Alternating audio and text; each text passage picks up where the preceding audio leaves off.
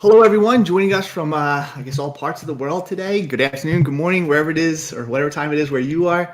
Just take a minute and introduce myself. I'm Rich Kiker, one of the partners at Google for Education. And today is our Google Classroom Kickstart Education on Air webinar today. And I want to point out this short URL that you see at the bottom of the screen.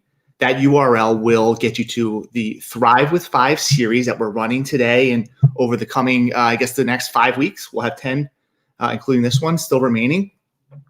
We did Google Meet last week.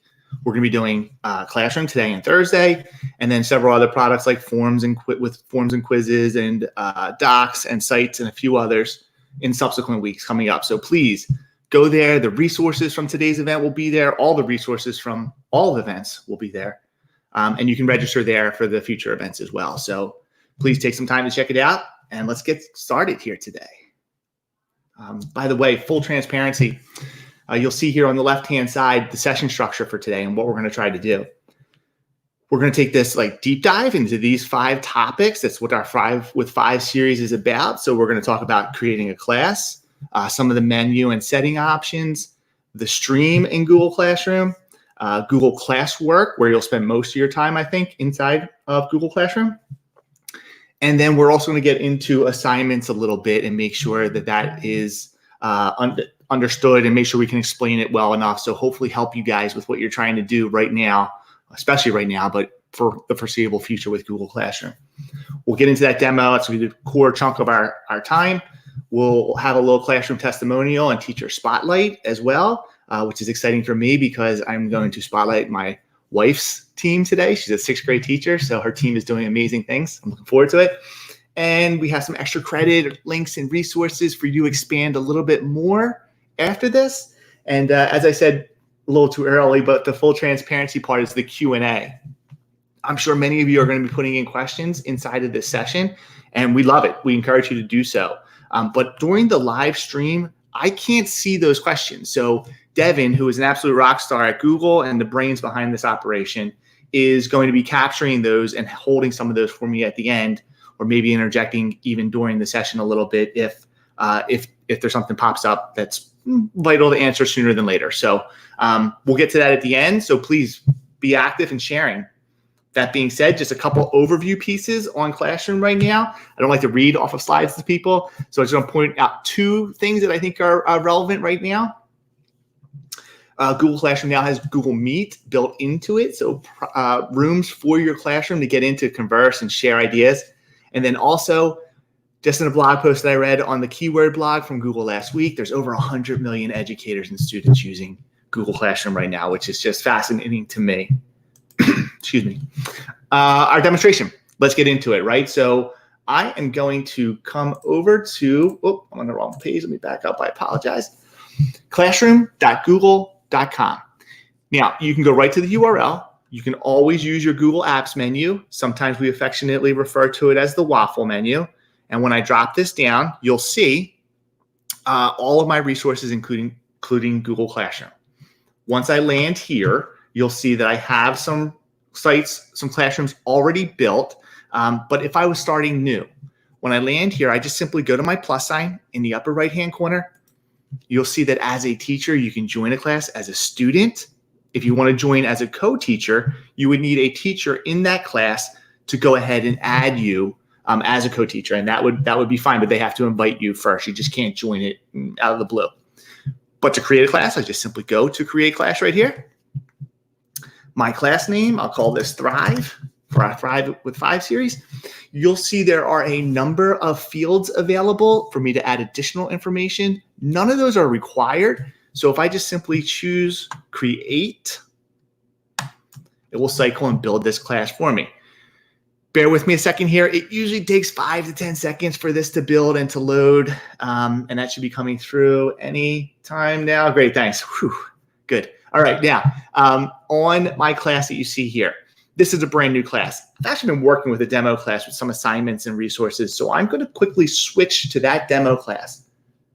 When I come to the 3 bars over here, my 3-bar menu, another fun name for that. Sometimes I hear the pancake menu, I guess whatever works for you, but the side panel essentially inside of Classroom. If I expand this, and I look down my menu options, you'll see that I have my other classes or other classes that I'm currently teaching. So if I come in here and I say, you know what, let me jump over to demo 1. It takes me to demo 1, and here I am, okay? Now, when you land in Classroom, we always land on the stream as like the starting page. I'm gonna get into that here in a minute. But I also want to point out, I sometimes explain Google Classroom as 2 parts. 1, you create the class. 2, you get people to the class, and then you're up and running. It's that easy. There's 2 ways that you can get students enrolled into your classroom. One way is looking right on this stream, you'll see a class code right here. If I choose my class code, I copy and paste this and send it by email or provide it to students on a display or through a Google Meet room. It's kind of small though. I always like to pop it out a little bit by hitting this frame. It gives me a bigger view. And if you want even bigger, you can go full screen and it's like that, which is aggressive, but fun to look at. So I'm going to close that. And now that I'm back into my stream, I know that I can provide that code to my students. They would just simply go to Google Classroom, choose, press the plus sign, and they will be prompted to enter the code. They enter the code, they're in your class, done. The other option for getting students enrolled is to go to your People tab right here. When I click on my People tab, what I'll see are current teachers. It's only me. I can add additional teachers if I need to by inviting them here. If I scroll down or I just move down a bit, I have students, and off to the right, I can invite students. This option will allow me to send an email or type a name to send an email to invite students. And the next time they go to Google Classroom, they'll be able to see your classroom on their main classes page and simply click join and to be active in the class. So 2 ways, code or People tab to invite individuals. Back to the stream for a bit. I want to also point out that you're probably noticing the Meet link at the top, Google Meet built in and ready to go. I have it turned on. Has to be turned on by your domain administrator as well, and then you can turn it on in your settings as well. I want to point a few things out. I'm going to go back up to the side panel menu over here in a moment, but I want to sort of display or model all the ways that I can kind of keep track with what's happening in my classrooms. This upcoming panel here allows me to quickly see what assignments are coming due, what's coming next, maybe things that I want to grade sooner than later. I can even go to View All, and it will expand that menu for me. A couple other ways to stay attuned with the workflow and assignments inside of your Google Classroom. If I expand my side panel, Classes is my main classes page.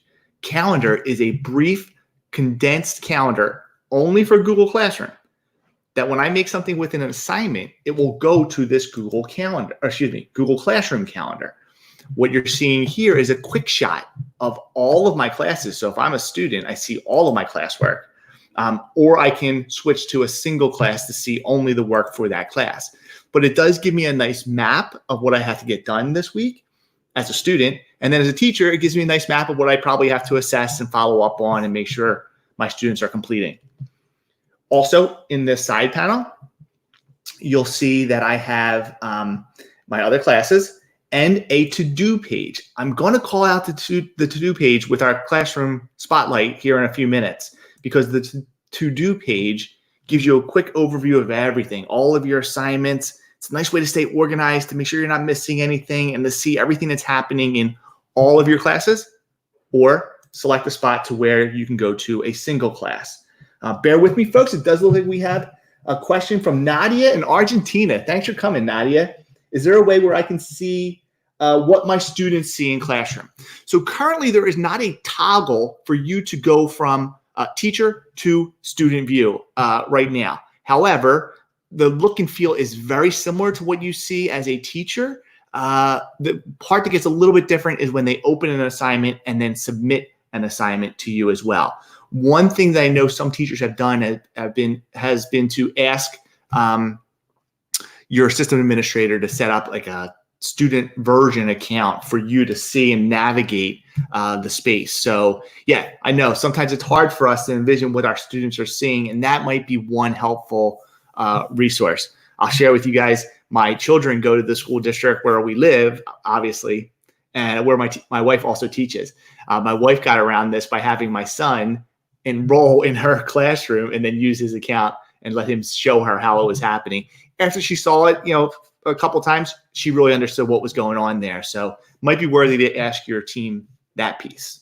Thanks for the question, and thanks for being here.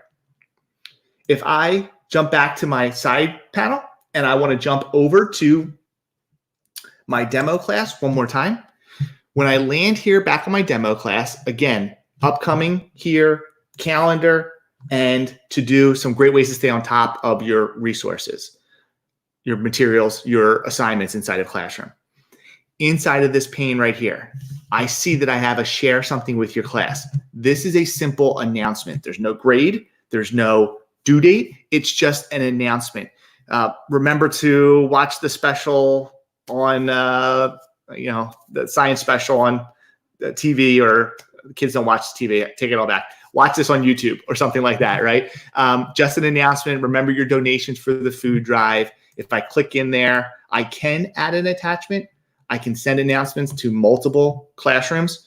I can assign it to all students or individual students. Okay, so just in your stream.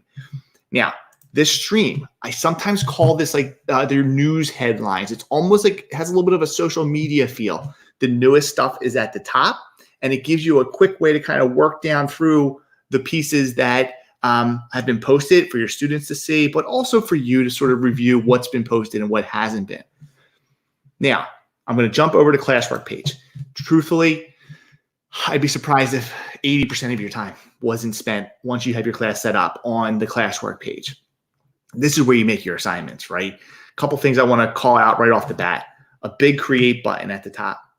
If I click on create, I'll see all the different products, or I guess components that I can add into this Google Classroom. When I say create, I have an assignment. We're going to get into that here in a moment. A quiz assignment, which is like a self-grading quiz using Google Forms. If you're interested in how to build self-grading quizzes with Google Forms, head over to the Thrive with 5 site and join us for the Forms events in a couple weeks. A question, which can be a simple multiple choice or a open short answer question. Maybe it's just a check-in or a bell ringer for your students. Materials are going to be things like maybe a course syllabus or your expectations on how they treat each other inside of a Google Meet room. Any number of things that aren't graded. It's just a class material or a class resource. Reuse posts will actually allow me to go back to other classrooms and reuse assignments that I've used in the past from either previous courses or current courses that I'm teaching. So an availability, some flexibility to bring some products or some assignments forward. And then topics. Topics are organization. If you look off on the left-hand side here, excuse me, you'll see these are all my topics. And if I click on, let's say, writing, there's a topic right here, a category, if you will, where if I click on writing, it opens up and it shows all of my writing assignments that are currently in this class that I've assigned, right? If I come back to all topics, I see everything again. When I want to make an assignment, if I click on create right here and I choose assignment, right? For me, if I have to think when Google Classroom came out 6, 7, 8 years ago, I can't even remember at this point. But when I choose assignment, this is the driving factor, I think, that gave that innovation idea to Google to start this. When I come into title here, I'll show you that I quickly made a Google Doc that's going to be like a digital worksheet or a starter for my students to start to build on this state project in the US. It's a very simple and it's a terrible pedagogical design. So please no judging on this session. But I just quickly made it so I can demonstrate for you. When I jump back over to my assignment, I can call this the state. I'll just call it states. Okay. I can leave some instructions for my students right here. I can go to add or create at the bottom. Add is going to be if I already have an assignment in existence. I do. I have the state project. Create is going to be if I want to start something to give to my students on the fly. Okay, so if I didn't already have the state project and I wanted to build it right now, that would allow me to do so. If I click on add, you'll see that there's 4 options: Google Drive, link, a file, or YouTube. If I click on Google Drive right here, that's going to allow me to go and grab the state project. So let me do that. It's going to bring up recent. I can select my state project or search for it right here and choose add. It's going to attach that into this assignment. Now, there's 3 ways that I can provide visibility or editability to my students. By default, it's set that students can view this file. If I drop that down, if I don't want them to just be able to view, I want them to collaborate or brainstorm on a single document, I can say students can edit this file. All of my students come into the document, they can work on it together. Could be, like brainstorming is probably a good example of why you would use that. I also can make a copy for each student. This is like that digital copy machine, if you will, where each of your students is going to get this Google Doc. It's going to be assigned to them. It's going to edit the name to the name of the file to include their name. And they're also going to be able to turn in the assignment directly from the Google Doc. So a wonderful workflow that happens when I choose to make a copy for each student. I also can click add and do something like add a link. Maybe I want to add a link to Google Maps here because they're going to be researching the geography and the location of certain states in the US. So I can put in a quick link, add that link, and I can put in multiple resources. So I can make a copy of one and link to another one. You can do that. To the right, I can choose which classes am I assigning this to, right? Multiple classes, again, time saver. Hopefully if you're teaching multiple sections. Do I want to send it to all students or just certain students, a subgroup of my whole class? What's my point value? Maybe this is a 20-point assignment, or it could be ungraded. Maybe it's not a graded assignment. I could set a due date. I can drop my calendar here. I can choose this Monday. Okay. And then here's my topics again. Remember, for organization, if I drop this down, you'll see create topic, or I can choose from an existing topic that I've already created in the past. They're available to me to reuse. I'm going to choose, let's choose create topic. I will call this social studies. Okay. And then you'll see rubrics and originality reports. Rubrics are absolutely wonderful. It's one of my favorite additions to Google Classroom. We're going to get into building rubrics. I also have a template to give everybody if you want to be able to upload rubrics to Google Classroom on Thursday's event. So if you're available and you want to learn more about that, please feel free to join us on Thursday at the same time. Okay, so this assignment's ready to go for me. I didn't leave any instructions. I normally would, but I want to get through as much content to share with you as possible. So I'm going to choose assign right here. My assignment, similar to when I create a classroom, it's going to take a few seconds to cycle through before it gets posted into the Google Classroom. Unfortunately, that went pretty quick. And you'll see here is my social studies states assignment. And if I open that assignment, I will see it. I will see that it's been assigned to my 2 test students. None have been turned in at this point. And if I wanted to view the assignment, I can open it up here, see it, and be able to look through my students' work on this as well. We're also on Thursday going to get into reviewing students' work, putting in grades, and also using some unique features like suggestion mode and the comment banks that are in that part of Google Classroom. So that will be in part 2, our level up session, our next level session on Thursday. Okay. I briefly just want to jump back to my demo 1, and I want to go to my gear right here before we run out of time, because these class settings I think are important. Some of you may have heard me talking about Google Meet, and you're like, how did that guy do that? Well, when I come into my class settings here, oh, I'm sorry, it looks like I'm missing a question real quick from Mary. How do you encourage students to use the classwork section to attach their assignments? Too many are posting them on my stream. I got one answer for you, Mary, that might help. I would typically get into making a class material on the expectations maybe of using Google Classroom. But in addition to that, if your students are going right to the stream and posting there, when I come into these settings, actually, it's great timing. I don't know if Devin did that on purpose, or Mary, you just have a great foresight for what's coming. But on my class settings page here are those details that I can fill in. Here's my general information, including my class code. If you have all your students enrolled and you want to turn that off or reset it, you can. My stream, 2 things here. and specific to Mary's question, stream, students can post and comment. Mary, if that's a problem and students just keep assigning or misposting where their assignment should go, it might be valuable to come in here and change this from students can post and comment to something like students can only comment to posts provided by a teacher, or only a teacher can post or comment. That would prevent them from putting that post on the stream. So hopefully one of those settings is something that will help you with this.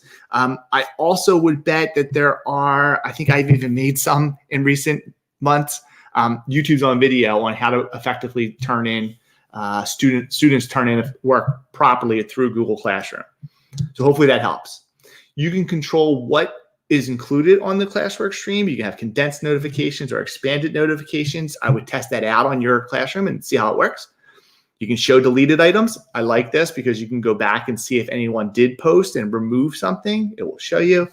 And then here is the Google Meet room. So if your district has allowed, for your school or district has allowed for Meet to be a part of your use, then they have to first turn it on, and then you can come in here and use this link to copy or reset to use with your students.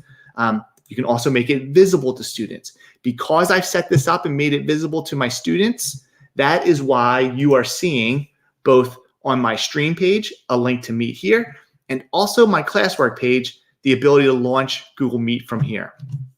Important to note, this is set up correctly, right? And I would definitely advise you to talk to your Google admins if it doesn't seem to be working properly. But if it's set up correctly, students are prevented from entering this room without a teacher first initiating the room. They're also prevented from re-entering as long as the teacher using Google Meet waits till the end of that Meet room session, make sure all the students leave or removes them manually and then closes the Meet room. As long as you're the last one to leave the room, it's like you're locking the door behind you. No one can get back in until you launch the Meet again. So something to consider in your use with Meet inside of Classroom. I am going to jump back to our slides here real quick because time is flying. I want to share so many cool things with you guys. But I'm going to jump back quickly just to share some other ideas rather than just hearing from me. Like I said, like everything else in my life, my wife typically outshines me. So her use of Classroom and her team, specifically their use of Classroom, a couple things they're doing. They're using topics organized by dates, a series of dates for a week. And they find that to be effective because all of the work for that week is getting organized. I have a screenshot to share here with you. They also love the to-do list. They feel like it's a great tool for them to manage the workload, to kind of divvy up if they're teaming up on looking over and reviewing work. A couple of those screenshots here. So here is the to-do page for a particular week that they're working within. And my wife in particular told me that she loves this. It's on the quote there. Again, I can't read slides to you. I feel terrible doing that. So check that out if you want to see some more details. But here's how they kind of work through what's been turned in, assigned, and already returned. This is their team. Melanie is my wife in yellow here. I'm very proud of her for her use of Google Classroom right now. If I move forward one slide, let me share. Here's their week setup. So they're using their topics in a week format. Here's the current week. They're doing a great job with like slides being used as like digital playlists and like workflows for students with some choice and voice built in.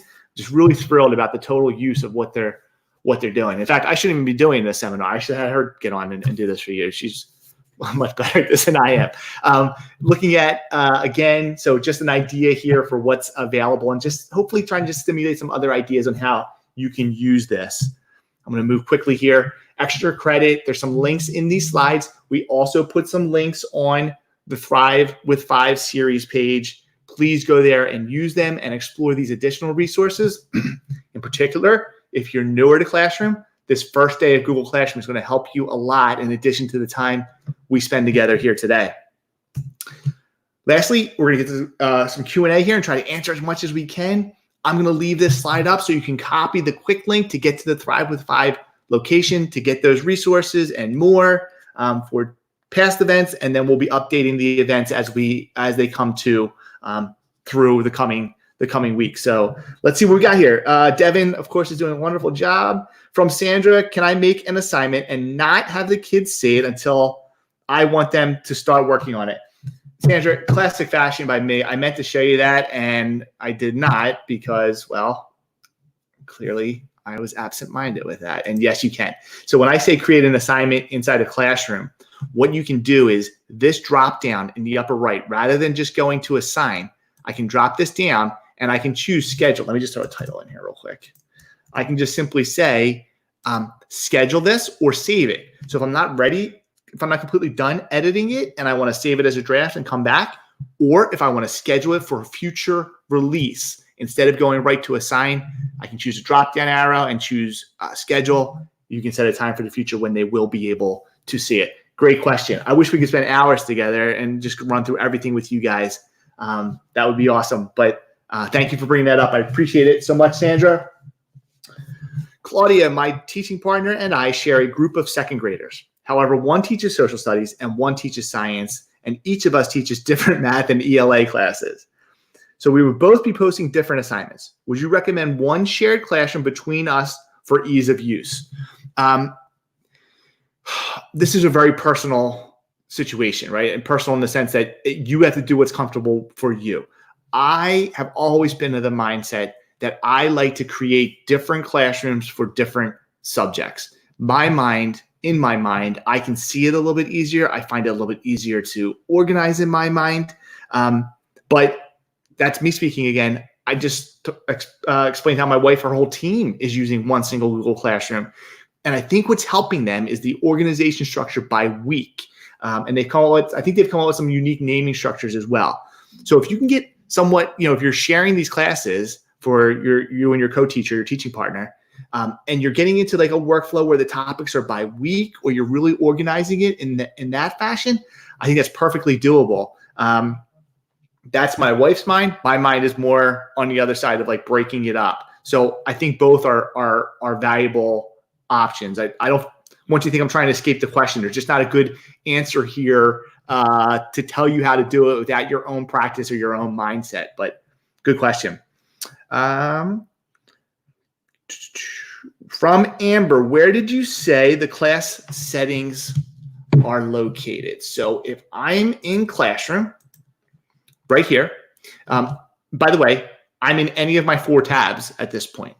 If I come up to my gear in the upper right-hand corner, so any tab, gear in the upper right, select, I'll see my class details, and here are all of those settings available to you. Good question. Lauren, can all kids in the classroom see everyone else's names and assignments? No, Lauren, they can't see anyone else's. This is a great question.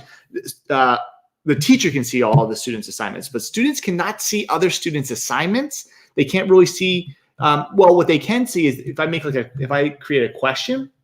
So if I said something like create a question here, and it was short answer, I can actually say students can reply to each other. So you can have a threaded discussion, which is probably really valuable to what you're doing right now. But when it comes to other students' work and assignments, absolutely not. They only see their own work and assignments. So good question. All right, let me start to pull this back to our slide deck here. We're gonna run out of time real quick.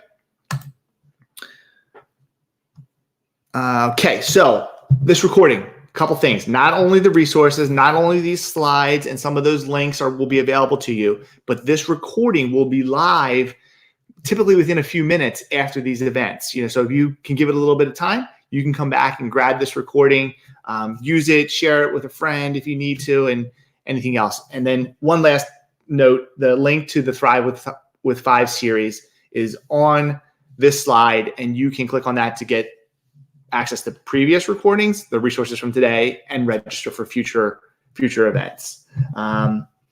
One thing that we want to mention, we are working on, Devin's sending me great information here, clearly from your questions, and a clear need that they are working on adding Spanish subtitles to these recordings. So hopefully that will be helpful to you as well. One thing I found over the years is that when you ask, Google does whatever possible to make it happen. I know that question's been coming in. So keep an eye open for that. Hopefully that feature comes and it's available for you in the near future. With that, we're going to start to wrap this one up. Thank you everyone for coming. Thanks for your questions. These sessions are difficult because I can't see you and I can't see your Q&A. So I appreciate you taking the time to join us and sharing the questions here. It helps me make sure that you're getting the most out of the session. And that's what I do this for. So thank you for everything and be well.